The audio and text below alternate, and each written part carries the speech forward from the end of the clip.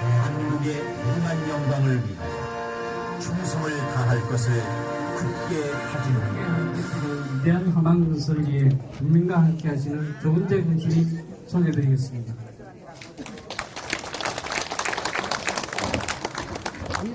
하만군의 박영순 의장님 소개합니다. 본대에 주관하신 김동균 문화원장님의 인사 말씀이 있겠습니다.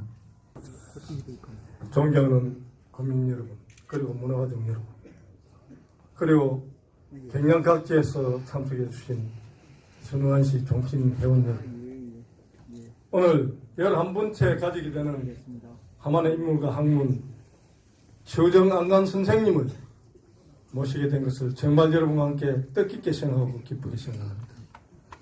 오늘 이렇게 날씨가 참 춥습니다. 날씨가 추운 것은 아마 안간 선생님의 평소 지령이신 효도에 대한 것을 알아보기 위해서 그런 거 아니냐 싶습니다. 이게 참석하신 우리 손흥환 씨, 우리 문중에 계신 종신 여러분 아마 3대로 앞으로 행복하게 대회가 개최된 것을 진심으로 축하를 드립니다.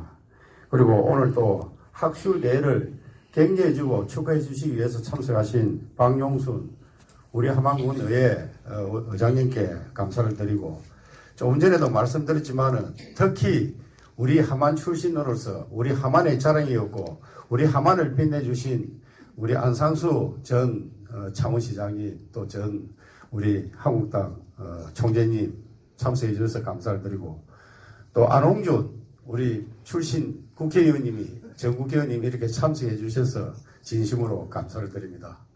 그리고 어제 저녁에 재경 서울 하만 하우회를 했습니다.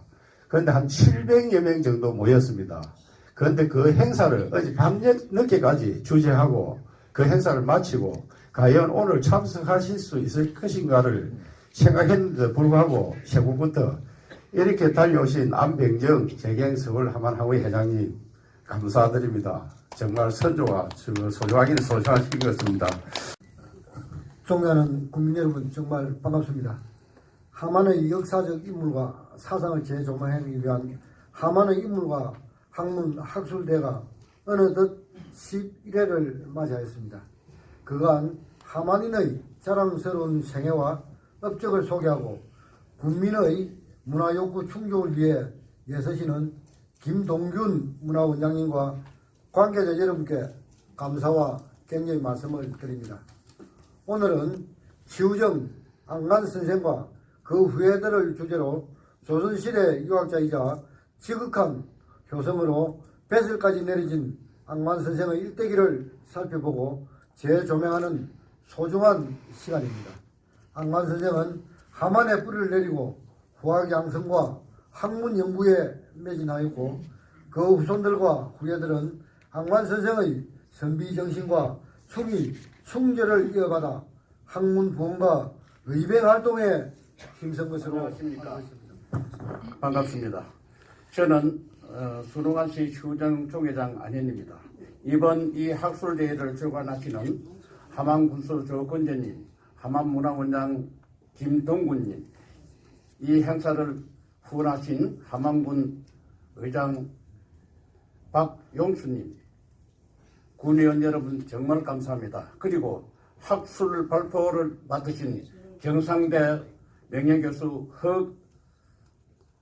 허건수 교수님을 위해 5분의 교수님들의 노고에 대하여 깊이 감사의 말씀을 드립니다. 고속도로가 남북으로 뚫려 있고 동서로 뚫려 있고, 또 동쪽에는 김해공항이 있고 또 서쪽에는 서천공항이 있고 또 마산항도 얼마 멀지 않고 해서 모든 면 좋고, 요즘은 전국적으로도 제일 잘 사는 군이고, 또 경상남도 또 체육대회에서 연속 4, 5년 1등을 계속하는 그야말로 학문도 있고 신체도 건강한 그런 건강한 골입니다.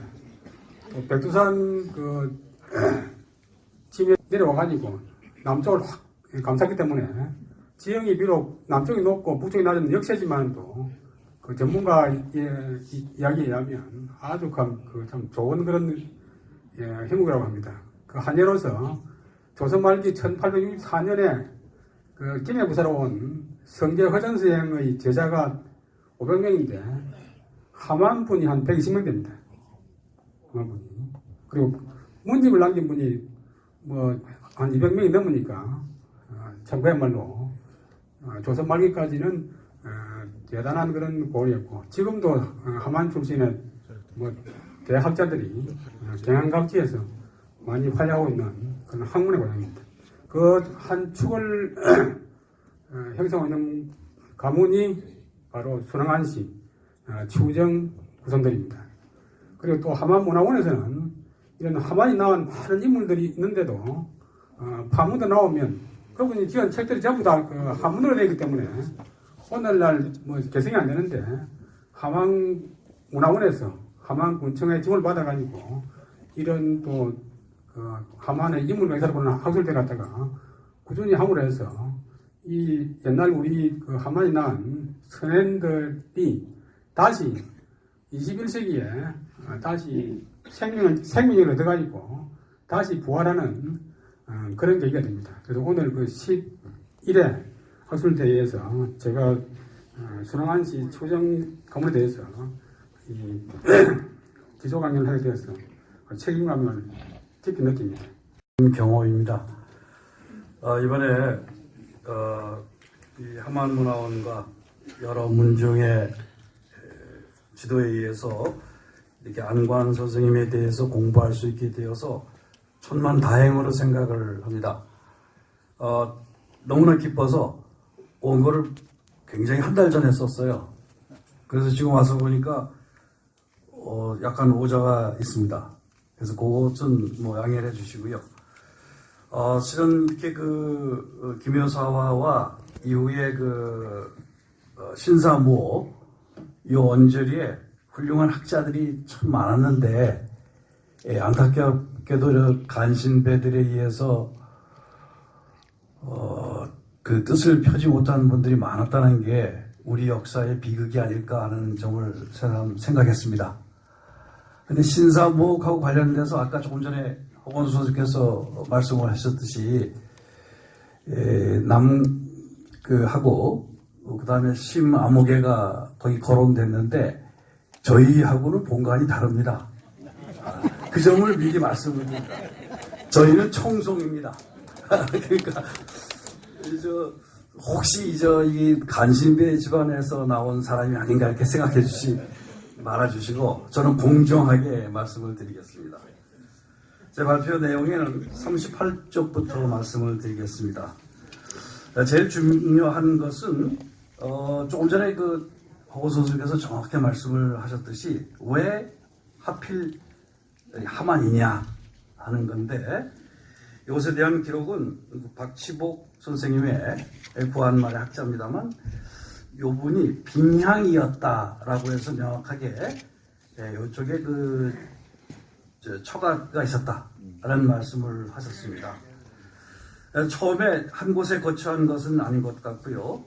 여러 번 옮긴 것으로 문헌에 나와 있습니다.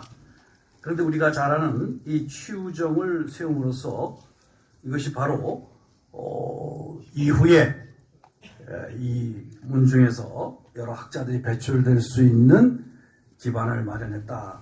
하만 지역의 의병활동의 인문지리적 측면과 사회적 기반을 살펴보도록 하겠습니다. 왜냐하면 한 사람의 인격적 완성은 자연과 인문 환경의 영향을 받아 이루어지기 때문에 그렇습니다. 제3장에서는 먼저 임진왜란 초기의 하만 지역의 전황을 살펴보도록 하겠습니다. 이런 전황을 살펴봄으로써 과연 하만 지역 사족들이 언제 전쟁이 일어났는가를 알았는가라는 부분들, 그리고 그 전쟁이 일어나고 나서 이 하만 지역 사족들이 일부는 피난을 하고 일부는 의병 활동을 벌이게 되는 그런 부분을 좀 이렇게 좀 세밀하게 경력 가운데 벼슬을 하지는 않으셨지만 그 암행어사로 내려왔던 박문수가 암행어사 하면 대표적인 인물이지 않습니까? 근데 그 효를 굉장히 칭송하면서 선물을 보냈다는 기록이 있어가지고 이것을 여러 번 이제 중앙에 올려주고 이러면서 이름이 많이 나셨던 것 같습니다. 그리고 이제 세상이 떠난 다음에는 후손들에 의해서 은계정사가 중건이 되었고, 또 훨씬 돌아가시고 나서 한참 후대인 고종 때 와서도 그 생원 박석원 등이 효하고 표양해달라고 중앙에 계속 상소를 올린 그런 기록도 남아 있습니다. 현손인 안상인과 안상무 형제가 편집해서 간행한 은계집입니다. 이제 이게 총 3권으로 되어 있는데요. 이걸 보면 이제 첫머리에 서해 유성 그 외에 그 은계정사하고 관련돼서 여러 가지 그림도 또 실려 있고, 그 1권에는 시와 잡자가 실려져 있습니다. 그런데 그 가운데 8수는 확실히 은계 선생님 작품인 게 맞습니다. 근데 그 나머지 잡자라고 하는 명칭 위에 잠이라든가 명이라든가 설이라든가 이런 것은 제목만 실려 있습니다. 근데 오늘 해산 선생을 연구를 하면서 많은 반성이 됩니다. 왜냐하면 이 해산 선생은 그 말 그대로 이 회자잖아요. 그게 어두울 회자. 그 회자의 의미는 굉장히 큰 것 같습니다. 왜냐하면 주자 송나라 때 이 사상계 혼란을 해함이잖아요. 거물 회자. 드러내지 않고 너의 실력을 길러서 두고두고 후회를 키워야 된다 하는 그 해양. 그리고 바로 또 그 손우환 씨 이 안양 선생께서 고가 회원이시잖아요. 그래서 그 뜻을 일제시대 때 이분이 사셨던 분이에요. 그래서 드러내지 않고 실력을 길러서 후손들에게 영원한 그런 덕이나 학문을 물려주리라, 그 정신을 물려주리라, 그런 의미로 이분이 회산이라고 하셨는데, 그 호를 지어주신 분은 이제 면후 곽종석 선생님이죠. 그래서 굉장한 뜻을 가지고 평생을 유학을 공부하신 분이죠. 기조 강연을 비롯해서 총 4가지 주제에 대해서 강평하시겠습니다. 있어하시지 마시고 거의 짧게 끝날 겁니다. 끝까지 자리를 지켜주시면 고맙겠습니다. 부탁드립니다. 소개받은 이상필입니다. 저는 하만의 그 학자들에 대해서 끊임없이 발굴해서 발표하고 하는 이 학술 대회를 11번째 지금 하고 있는데, 이거에 대해서 정말 귀하게 생각하고 있습니다. 이 경상남도 어디에도 이렇게 오래도록 그 지역의 학자에 대해서 아주 깊이 있게 그리고 끈질기게 이렇게 조명하는 그런 곳이 없습니다.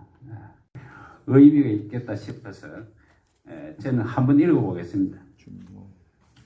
첫 번째, 충효. 나라에 충성하고 부모의 효도하는 거다. 그래서 그 후손들에 대한 이야기를 오늘 쭉 들었지만 효도가 근본이다 하는 이야기를 많이 했지 않습니까? 효도하지 못하는 사람은 국가에 충성할 수 없습니다. 그리고 이 세상을 아름답게 만드는데 아무런 도움이 안 돼요. 부모에게 효도할 줄 모르는 사람은 세상에 제대로 쓰일 수 있는 사람은 없다고 봅니다. 굉장히 중요한 말씀을 저는 첫 번째 해두었다고 봅니다. 그 다음에 성경. 그러니까 효도를 하려고 하고 충성을 하려고 하면 성의와 공경하는 마음, 이게 필요하다는 거예요. 그래서 성경 두 번째, 정성성자 공경경자. 정성스러운 마음이 없고서는 불가능하다는 거예요. 그 다음에 남을 공경하는 자세가 안 돼서 안 된다는 거죠. 그 다음 세 번째, 돈상문학. 문학을 귀하게 여겨라는 거예요. 공부하는 것을 귀하게 여겨라 하는 이야기죠. 그 다음에 융사, 친후. 스승을 존경하고 벗과 친하게 지내라. 벗을 통해서 나를 발전시킬 수 있다는 것이고, 스승을 존중할 줄 모르고서는 발전할 수 없다는 것이죠. 그 다음에 목인 임효를, 친족 간에 친목을 도모하고, 그 다음에 어려운 사람을 구휼을 해주라. 정말 귀중한 이야기죠. 그 다음에 견덕사의, 이덕을 보고들랑 옳은가 옳지 않은가 이걸 생각하라는 거예요. 이익만 되면 막 좋아서 날뛰고 이래서는 안 된다는 거죠. 이득을 보거들랑 의리를 생각하라. 그 다음에 계신 유독 이 남이 보지 않을 때, 남이 듣지 않을 때, 남이 안 본다고, 남이 안 듣는다고 해서 함부로 말해서는 안 된다는 게 그게 계신입니다. 경계하고 신중하라는 이야기고, 유독 남이 안 보는 데서 내 마음 씀씀이 이것을 삼가하라는 이야기죠. 이게 정말 중흥의 핵심 이야기가 계신 이 유독이지요. 그 다음에 단정의관, 8번째 단정의관, 의관을 단정해라. 옷을 깔끔하게 입어라. 아이고 뭐 마음이 중요하지, 옷이 뭐 중요하냐 이러지만 마음이 중요하다고 아무리 이야기해도 마음이 중요한 건 맞습니다. 그런데 옷을 아무 때나 입고 다니면 마음도 풀어집니다. 다들 아다시피 예비군복 입고 있는 사람들이 자세를 반듯하게 해가지고 정신 바짝 차리고 걸어 다니는 사람 잘 없어요. 이상하게 휘청휘청 긋고 앉아서 오줌 누고 이야 된단 말이에요. 왜 그러냐? 의복이 갖다 주는 어떤 의복이 행동을 그렇게 바꾼다는 거죠. 그래서 단정의관, 이건 굉장히 중요한 이야기죠. 그 다음에 재무구구, 돈 되는 일을 구차하게 구하지 말라. 정정당당하게 재물을 얻으라 이 말이죠. 구차하게 재물을 구하지 말라. 이게 정말 오늘날에도 딱 필요한 이야기 아닙니까? 그 다음에 마지막에 난무구면, 어려운 일이라고 해서 이게 구차하게 면하려고 하지 마라. 내가 당해야 될 일이면 당당하게 당하라 하는 이야기인데, 참 이분이 500년쯤 전에 이런 이야기를 해서 지금까지 아마 저는 안씨 가운데서는 이것을 늘 염두에 두고 살아온 분들이 저는 많으리라고 보고, 그런 의미에서 이 추유당 선생의 후손들이 이런 훌륭한 학자들도 많았고 정신을 바로 차리고 살아가는 분도 많고, 지금 오늘날에도 이 큰 인물들이 많이 나는 것이 그런 까닭이 있는 게 아닌가 생각을 합니다.